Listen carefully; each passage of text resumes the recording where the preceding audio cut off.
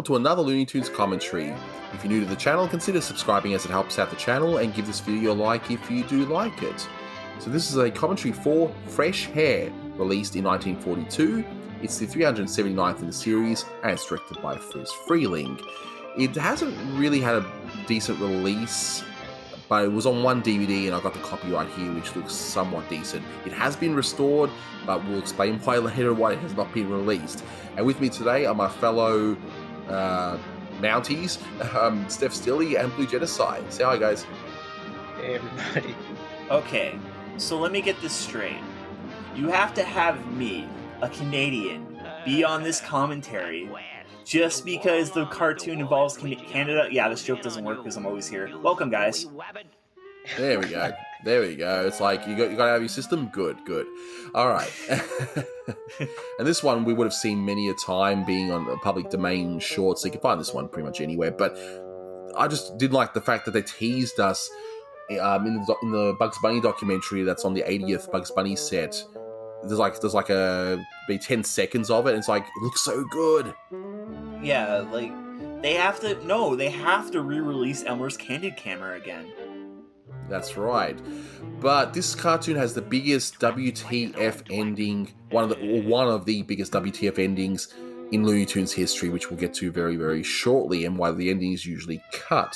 Because aside from the ending, it's pretty solid. It's actually good short. I'm very nostalgic towards... Oh. I was going to say, I don't know if it's just me, but I've always noticed that and the writers at Warner Brothers always had a really hard time with endings. Because there's so many times where you'll get amazing cartoons, and then the ending is just like a quick little like radio reference or something, and then it's done.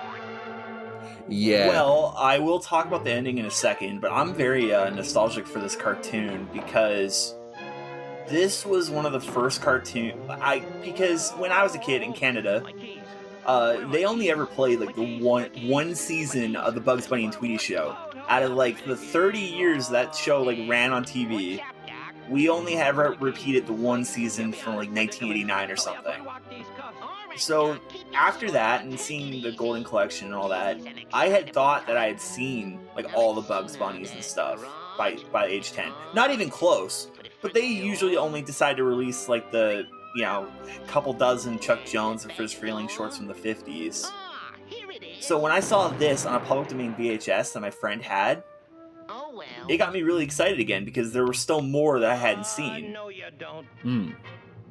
Yeah, this was also one of the first cartoons I ever saw. So my grandma had an old VHS tape from the 80s that she'd play whenever I visited, and it had this, Falling Hare, and Case of the Missing Hare, and those were kind of the first Warner Brothers shorts I ever saw. So, yeah, and I mean, I actually hadn't even seen this one, even though it was on public domain. I actually hadn't seen this one until this recently, believe it or not. I mean, no, not that thing that we did for on your channel, Blue, which you mentioned very shortly, but before then, just for whatever reason, it just never got about it. But as for the cartoon itself, just want to point out a few things. The biggest thing about this one, and I'm pardon the pun, of course, because I'm going to mention that this is the last Fat Elmer appearance, and then they go back to his somewhat original design after this one. For whatever reason, they just decided, you know what, fat people aren't funny? I don't know why they went back, but it seems like the higher ups weren't really happy with that design, because even the lobby cards of like the couple Fat Elmer cartoons, they would still like go back to the current design. So I just think that people just like grabbed on to the Elmer design, and just it didn't make any sense to keep the fat one. Yeah, that could be it. And here's a gag that was taken pretty much from a Tex Avery short, with the whole ears splitting up like Anthony. that. Jingle bells, jingle bells, jingle. Oh man! If you guys haven't seen it, check out Blue's channel and watch the first sing-along video where we watch this awful VHS compilation of all public domain shorts, and they just insert music in for no real reason. It's just it's if you like hot garbage, well, that's what it is. But hopefully we entertain in doing that. Oh yeah, it was fun. Got like a love heart there in the punch there. But I noticed that Friez's bugs is getting a lot more solid now.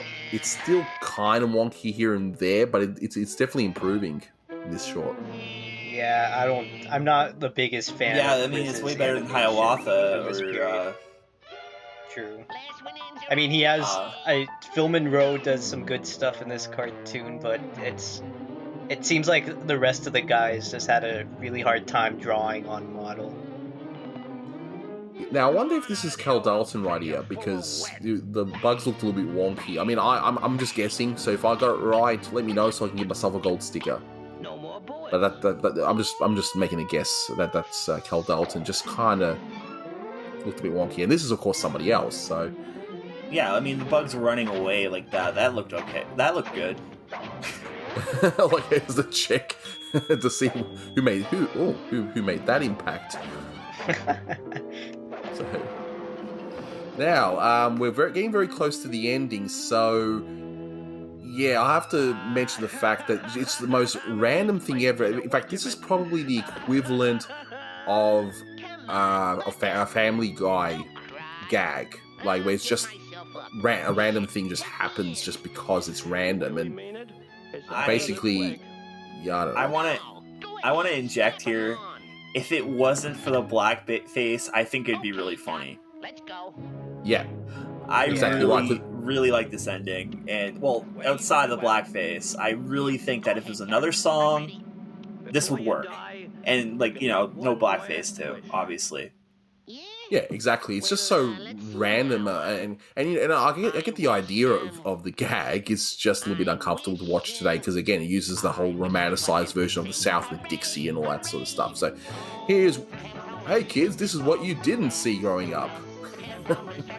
No, this tape showed up in so many like kids DVDs when I was growing up. It was ridiculous. What if they just ended with him singing "Oh Canada"? There we go. That might be good. So, as always, thanks for listening, guys, and until next time, take care. Boo!